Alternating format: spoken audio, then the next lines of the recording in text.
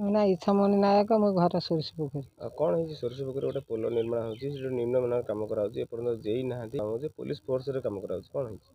Police ଫୋର୍ସରେ କାମ କରାହେଉଛି, ଆମର ସେ ପୋଲ ହେଉଛି, ଆମେ ବହୁତ ଚାଷୀମାନଙ୍କ ପାଇଁ ସେ ହେଉଛି, ଆମେ ବହୁତ ଖୁସି ଅଛୁ ମାନେ ଏଭଳି ଯେ କି କହିବା କଥା ନାହିଁ। ଯେଇ ନାହାନ୍ତି, ଏସ୍ଟିଓ ନାହାନ୍ତି, କେହି ନାହାନ୍ତି। ସରକାରଙ୍କର ସେ କି ପଇସା କ'ଣ ସେଇଟା କି ଆମେ ଜାଣିପାରୁନୁ। ସରକାର ବି ସେଥିରେ ଭୃକ୍ଷେପ ଦେଉନାହାନ୍ତି।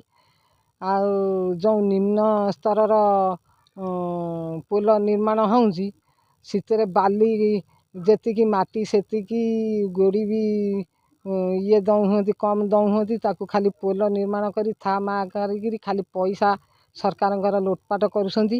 ଏତିକି ଆମର ଅନୁରୋଧ। ଆମେ ସରକାରଙ୍କୁ କହୁଛୁ ଯେ ସେ ଆସିକିରି ତାଙ୍କର ଜିଲ୍ଲାସ୍ତରୀୟ ହେଉ କି ଏସ୍ଟିଓ ହୁଅନ୍ତୁ କି ଜେଇ ହୁଅନ୍ତୁ, ସେମାନେ କାମ ସରିବା ପରେ ସେମାନେ ଆସିକିରି ଟିକେ ତାଙ୍କୁ ଦେଖାଶୁଣା କରିକିରି ଯିବେ।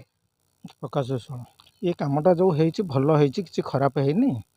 ବର୍ତ୍ତମାନ ଯେଉଁ ପ୍ରଶାସନ ଆମର ଏସ୍ଟିଓ ଜେଇ ଆଉ କେହି ଦେଖା ନାହାନ୍ତି ଜାଗାରେ କାମ ଉପରେ, ଏମାନେ ପୋଲିସ ଫୋର୍ସ ଆଣିକିରି ଏମାନେ ଜବରଦସ୍ତ ଏଠି କାମ କରାଉଛନ୍ତି।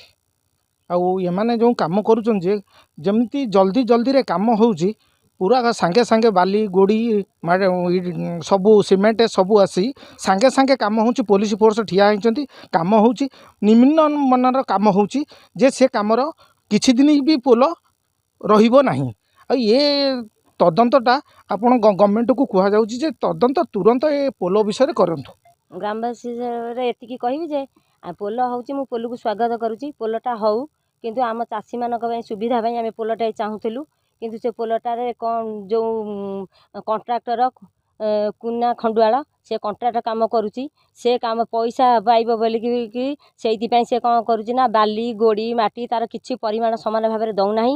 ଅଳ୍ପ କିଛି ଦେଇକି ସେ ଅସ୍ଥାୟୀ ଭାବରେ ପୋଲଟା କରୁଛି, ଯେମିତିକି ଲୋକମାନେ ପିଲାମାନେ ସମସ୍ତେ ଅସୁବିଧାରେ ପଡ଼ିବେ।